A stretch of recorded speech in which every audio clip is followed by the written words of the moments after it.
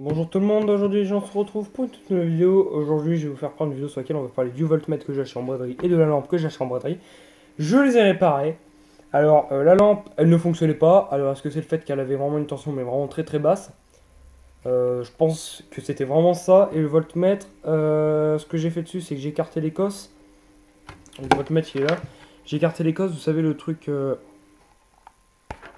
Du coup maintenant c'est galère. L'écosse ça c'est le truc qui est à l'intérieur, j'ai fait de même avec la borne au moins. Maintenant ça fonctionne, bon ça merdouille un petit peu, mais bon, il est pas tout jeune, je perds, même s'il est en bon état. Donc voilà. Qu'est-ce que j'ai fait? Bah, j'ai remplacé le fusible aussi, j'ai remplacé la pile, même si la pile était bonne. Je préfère quand même pour sécurité remplacer la pile. On va faire un test. Alors, avant de vous montrer, je vais d'abord vérifier que ça fonctionne. Parce que ça merdouille un petit peu tout ça. Oui, ça fonctionne. Donc je vais vous le mettre. Voilà. Normalement ça devrait être bon, ça devrait fonctionner. Et c'est pas un coup de masse, lui.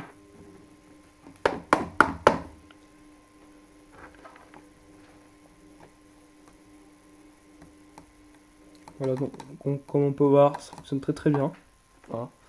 On va prendre l'option 10.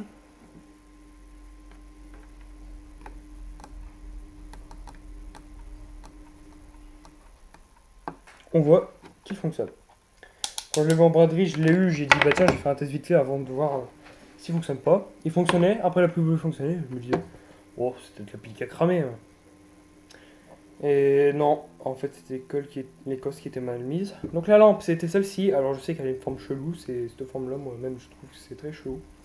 Donc qu'est-ce que j'ai fait? J'ai mis une ampoule Krypton de marque Philips, il n'y a pas de placement de produit, ça je vous le dis, de 3,6, je sais plus combien elle fait de volts. Attendez, je vais regarder ça. Il faut démonter l'ampoule pour ça. Et je crois que selon mes souvenirs, ça doit être une 3,6 volts. 3,6 volts. Donc c'est ça. Donc c'est une ampoule Philips au Krypton 3,6 volts. Mais je vais mettre une 2,4 volts puisque dedans j'ai 2,6 volts au total. Car j'ai des piles rechargeables. Dedans je peux mettre deux types de piles. Donc je peux mettre des piles triple A et des piles de type C. Ça veut dire, mais il y a une grosse différence. Les types C, attends, ils sont énormes. Et les triple A, ils sont toutes petites. Oui, mais il y a des adapteurs pour les triple A pour pouvoir mettre des triple A. Et dedans, j'ai de la 950 mAh de chez Tronic, donc la marque de Lidl, je trouve franchement ça vaut rien du tout. Attendez. Voilà. Elle fonctionne. Donc, je vais vous montrer. Les piles ont chargé les 2-3 heures, c'est bon. Il a cette tension. Donc voilà. Donc la lampe est ici et comme vous voyez, elle fonctionne. J'aurais juste à changer l'ampoule. Bon, je sais que l'ampoule elle est bonne, elle fonctionne. Mais je vais mettre une 2,4 volts. Ce qui fait que du coup, bah, ça ira encore plus fort. Bon, on va aller faire un test en l'air. Parce que j'en ai pas toi. Alors, petite... Merde, c'est vrai. Petite info, je vous le dis tout de suite. Pour ceux qui veulent, qui ont envie de savoir qu'est-ce que ça donne sur le Suzuki V140X, bah, je pensais pouvoir ne jamais le remonter. Le seul bémol, c'est que bah, là, il n'est pas fini d'être remonté. J'ai commencé son remontage, mais il n'est pas fini d'être remonté. Donc hier, je dis à Nathan Mécanique 18, tiens, j'ai envie de remonter le Suzuki, j'ai envie de le refaire péter, surtout qu'en plus j'ai de l'essence, j'ai de l'huile, j'ai tout ce qu'il faut, normalement, il devrait bien démarrer.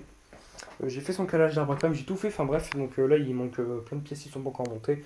Mais ça va arriver par la suite, il faudrait que je vous fasse une image là-dessus. Bon, je vais peut-être vous la faire après. Vous voyez pas très très bien, mais... Ah, ça c'est pas. Bon, c'est pas grave. Mais ça va, honnêtement, elle éclaire bien, je m'attendais à pire. Je m'attendais à un truc de merde, mais ça vaut encore. C'est quoi ce boulot? Ah oui, c'est bon, c'est vrai. Ouais, la peinture Spectrum de chez Action, elle marche vraiment très bien. Elle accroche bien, elle a une bonne accroche.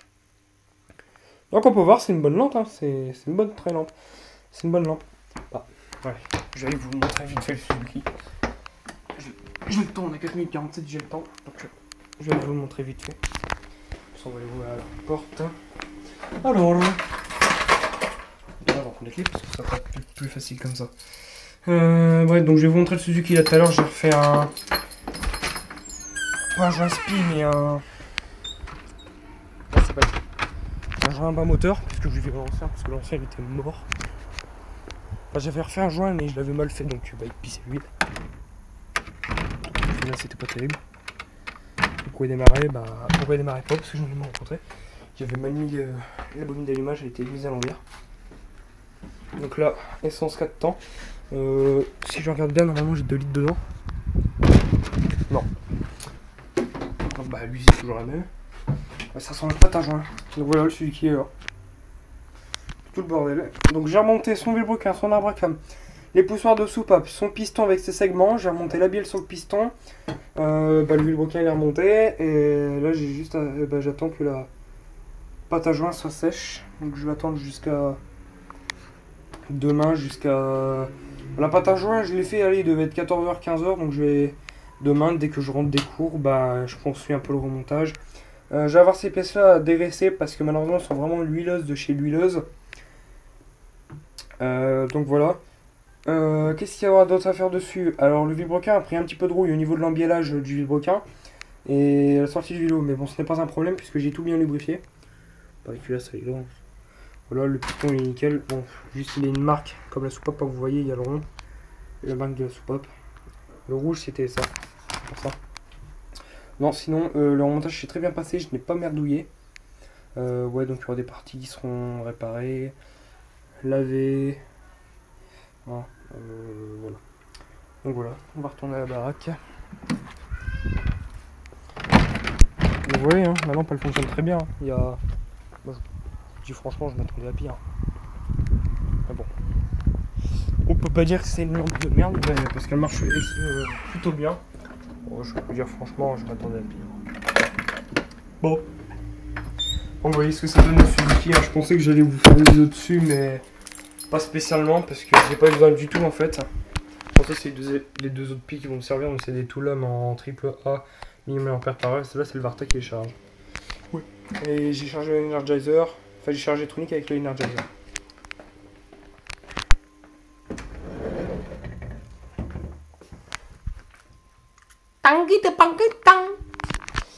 Voilà, donc cette lampe elle marche vraiment bien. Moi je l'ai eu, j'avais vérifié la tension avec le voltmètre, j'appuie, ça marche pas, j'ai dit bon bah c'est bien. Et sur le coup moi je pensais que les piles elles étaient mortes parce que je pensais pas qu'il y avait des piles et non. Donc voilà, donc ça c'est un peu la pile test en fait. Ça me sert juste de support. Donc voilà, le voltmètre il fonctionne bien, j'ai pas le maltraiter parce qu'il est vieux je paie. Putain ma père, on va dire. Lui bah faut que je le répare, vous allez me dire bah putain mais qu'est-ce qu'il a? Tout simplement j'ai un problème, c'est-à-dire qu'à la borne plus ça a tendance à jamais faire un bon contact, donc ce qui fait que du coup ça marche pas très bien, donc il faudrait que j'en fasse dessouder, on fait un câblage et soit je retire parce que pour éviter les... Comment ça s'appelle? Les courts-circuits, vous allez me dire que c'est totalement absurde ce que j'ai fait, j'ai mis la glu sur le câble. Mais c'est pas un problème parce qu'après la glu je vais la cramer. Bon, l'anti-spinner c'est toujours bien. Vous avez remarqué qu'il y en a un qui est parti. Enfin, je sais même pas si je vous en avais parlé, que j'avais eu un couleur américain. Enfin, j'ai eu un couleur américain, il y en a un qui est parti. Je n'avais pas trop l'utilité donc je l'ai donné quoi. Je préfère le donner que de jamais m'en servir. Ah, si je devais m'en servir, c'est quand j'avais pas l'autre. Parce que soit je l'avais oublié ou soit je l'avais prêté. Du coup, là, j'utilisais celui-là. Bon, Mzell Strada, j'ai été roulé tout à l'heure avec. Le seul bémol qu'il y a là, voilà, c'est que ça me fait vraiment mal. C'est pas déjà ça fait 3 mois que j'ai pas vidangé les amortisseurs, donc lui elle doit être bien noire de chez noir. Le seul bémol c'est que j'ai pas mon tournevis BTR, donc je peux pas les démonter, donc il va falloir que quand j'ai le week-end, il va y avoir bientôt un week-end de 4 jours dans 2 semaines, j'embarquerai la bagnole, je ferai sa vidange d'amortisseur. Je reprendrai un bidon d'huile comme ça parce que j'en ai bientôt plus, je crois. Faut que je regarde ce qu'il me reste. Alors, on entend qu'il me reste plus beaucoup, ça c'est quelque chose, mon grand-père me l'a donné. La Cobra TC3P est toujours aussi bien, c'est une très bonne télécommande. Bon, elle, son seul bémol. Bon, les suspensions sont bonnes. La seule pièce que j'aurais racheté, rappelez-vous, c'est une pièce qui avait cassé. Vous voyez, dans ces trucs-là, je sais plus si c'est celle-là ou celle-là. Oui, je pense que ça va. Attendez. Non, c'est celle-là. Donc voilà, donc elle a un gros problème en ce moment, ce qui fait que du coup, votre temps de jeu il est énormément réduit et vous devez tout le temps vous arrêter. Et c'est le surchauffe moteur. Oui, j'ai une surchauffe moteur. Je joue, allez, 10-15 minutes la bagnole, mais elle est bouillante de chez bouillante. Alors pourquoi? Bah, il manque plus de 4 ailettes de refroidissement dans le moteur intérieur. Donc bah, ce qui va se passer, c'est que bah, il va y avoir droit à un changement moteur. Ou soit je décide d'acheter un refroidisseur avec ventirad au-dessus. Donc ça pourrait être vraiment le top. Puisque je sais que ça refroidit vraiment, mais vraiment mieux. Ou au pire, après je peux essayer d'en fabriquer un avec ça. Donc le ventilo de ma PS2 que j'ai récupéré. Parce que la PS2 Slim, faut savoir que je l'ai démontée parce qu'elle est morte. Elle va te mettre toujours aussi bien, j'ai envie de dire. On n'a jamais à reproduire chez vous. Merde, c'est pas ça que je veux faire. Alors, en fait, j'ai fait ça un peu pour... Attendez, je vous pose le vent. Pour entendre un bruit de ventilo, c'est normal. Je vous montre pas parce que j'ai fabriqué quelque chose. Voilà. Ça, je vous en avais pas parlé, ça fait 2 semaines que c'est fabriqué. Bon, il faut que je ressoude ça, c'est tout. Voilà, j'ai fabriqué une lampe. On peut dire ça comme ça. Donc, j'ai fabriqué une batterie avec des accus de perceuse. Donc, c'est là, au total, j'ai 7,2 volts. Anti-PNICD 1000 mAh et 2 ampoules de bagnole. Donc, ça fait 12 volts au total. J'aurais juste à ressouder ce putain de câble de ça. Parce que, ben, il est déconnecté. Il est dessoudé. Et ce fils de pute. Il va falloir que je recolle. Donc voilà. Les ampoules, ce que j'ai fait déjà, c'est que j'avais pris du bois, je l'ai mis et tout. J'ai pas mis d'après et tout, enfin dessus, enfin bref. Et j'ai mis des points de glu sur les ampoules pour pas qu'elles bougent. Vous entendez un bruit de ventilo, c'est normal.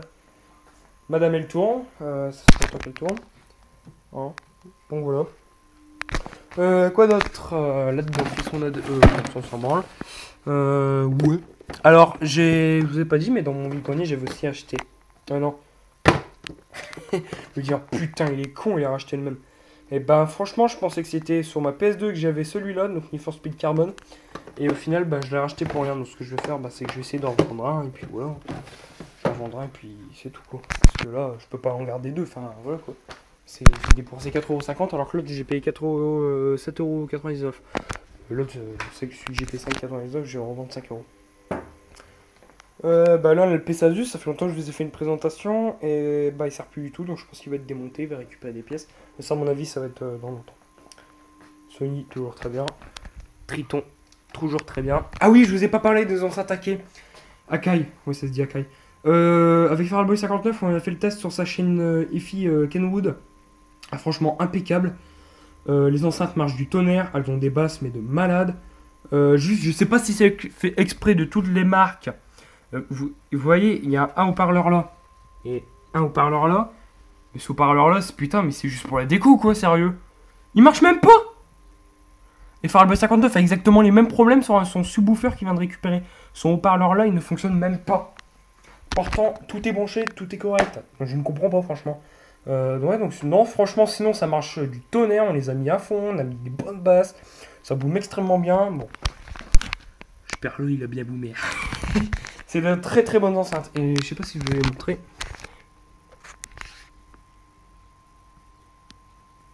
Mais elles font quand même 50 watts pour une enceinte. Donc deux, ça fait 100 watts.